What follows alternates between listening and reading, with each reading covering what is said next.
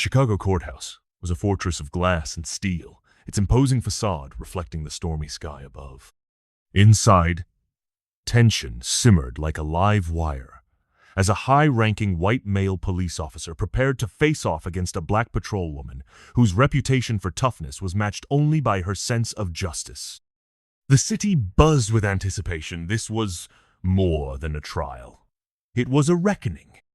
Detective Chief William "Will" Harper sat at the plaintiff's table, his blue eyes steady, his jaw set. At 42, Will was a legend in the Chicago Police Department, a man who'd risen through the ranks with grit, intellect, and a stubborn refusal to back down. His silver hair was cropped close, his uniform immaculate, his badge gleaming under the harsh courtroom lights. But beneath the surface, a storm raged. He was here not just for himself, but for every officer who'd ever been targeted, every citizen who'd ever been silenced.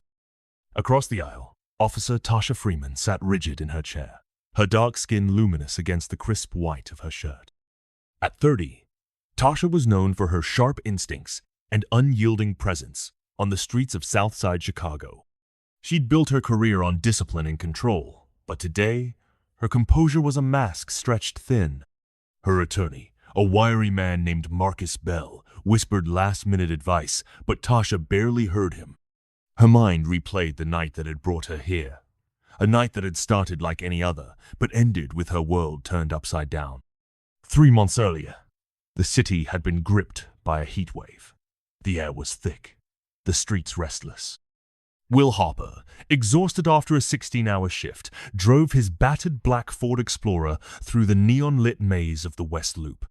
He was thinking of his daughter's upcoming graduation, the mortgage payment he'd almost missed, the endless stack of case files waiting on his desk.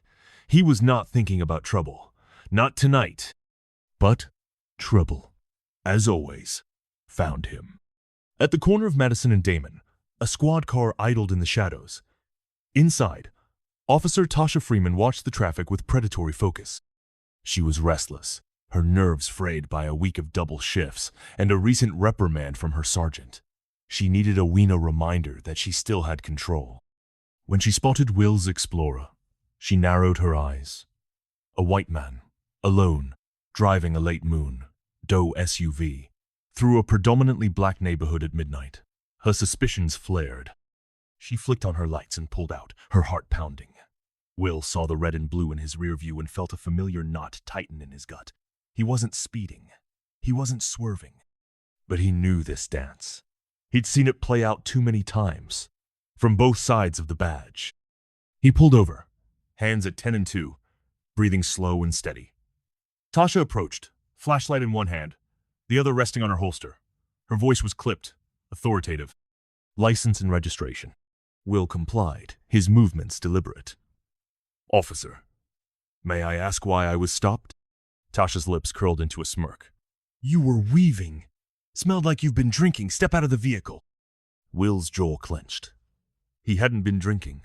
He hadn't been weaving. But he knew better than to argue. He stepped out, his badge visible on his belt. I'm Detective Chief Harper, CPD. Tasha's eyes flicked to his ID, then back to his face. I don't care who you are.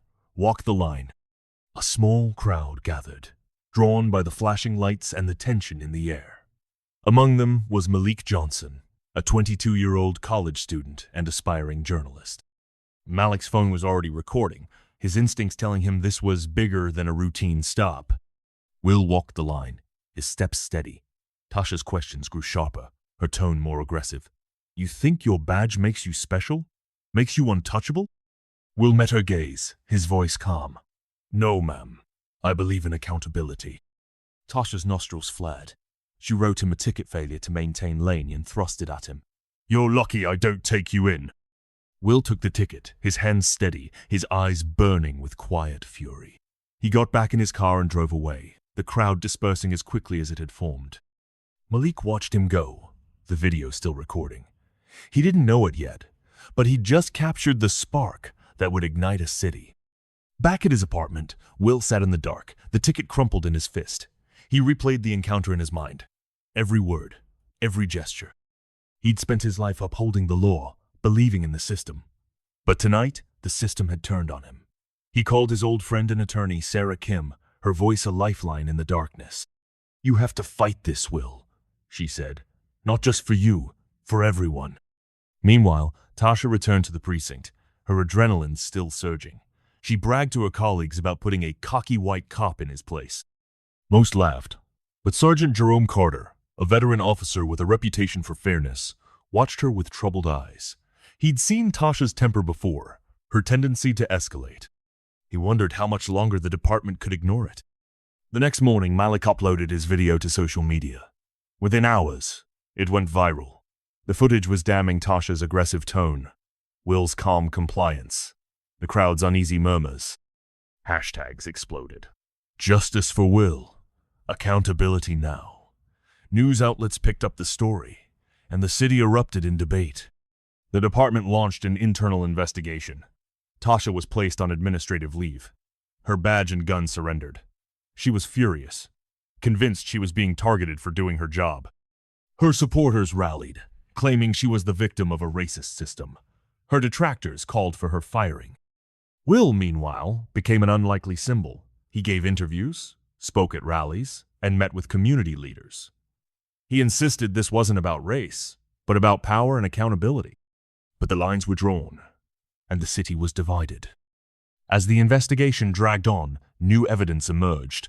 Sergeant Carter, racked with guilt, came forward with a list of previous complaints against Tasha, most dismissed, some quietly settled. He admitted he'd stayed silent to protect the department, but he couldn't ignore the truth any longer.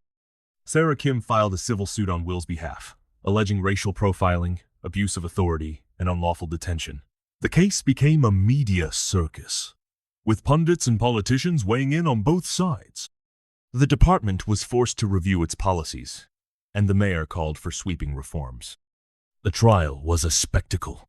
The courtroom was packed with reporters, activists, and off-duty officers. Will took the stand, his testimony measured and precise. He described the stop, the humiliation, the sense of betrayal. He played the recording from his phone, Tasha's voice echoing through the silent room. Tasha's defense was aggressive. Her attorney painted Will as a privileged insider, using his rank to avoid consequences. He argued that Tasha was simply doing her job, that she'd been unfairly targeted because of her race and gender. But the evidence was overwhelming. Malik's video, Carter's testimony, the pattern of complaints. The turning point came when a surprise witness was called. Officer Maria Delgado, a rookie who'd ridden with Tasha on several occasions, testified that she'd witnessed similar stops white drivers singled out, tickets written for minor or fabricated infractions. She'd been afraid to speak up, but Will's courage had inspired her. The jury deliberated for 2 days. The city held its breath. When the verdict was read, the room was electric. In the case of Harper versus Freeman, we find in favor of the plaintiff. The judge's voice was clear, her words ringing out like a bell. Tasha was ordered to pay damages, undergo mandatory bias training, and was suspended without pay. The department was instructed to implement new oversight measures, including body cam audits and community review boards. There was no applause, no celebration, just a heavy silence, the kind that follows a storm. Will left the courthouse, his head high but his heart heavy. He knew this was just the beginning. The real work healing the city, rebuilding trust, would take years. But for the first time in a long time, he felt hope. Tasha, stripped of her badge and her swagger, sat alone in her apartment. She scrolled through the endless stream of comments, some supportive, most condemning.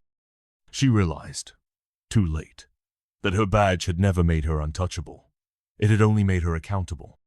Malik Johnson, hailed as a hero, used his newfound platform to advocate for police reform. He spoke at schools and community centers, teaching young people how to safely document encounters with law enforcement. His simple act of recording had changed the course of the city. Sergeant Carter, promoted to head of the new Oversight Division, made it his mission to ensure that no officer, regardless of race or rank, was above the law. He worked closely with community leaders, rebuilding bridges that had long been burned. Officer Delgado became a mentor to new recruits, teaching them the importance of integrity and courage. Her testimony had been a turning point, not just in the trial, but in her own life. The city of Chicago was changed. The department's new policies led to a sharp decline in complaints and a rise in community trust. Officers were required to attend regular training on bias and de-escalation. Body cam footage was reviewed by independent panels. The old code of silence was broken. Will Harper returned to his work, but he was different now. He spent more time in the community, listening to concerns, building relationships. He knew the fight wasn't over, but he was determined to be part of the solution. On the anniversary of the verdict, a mural was unveiled in the West Loop.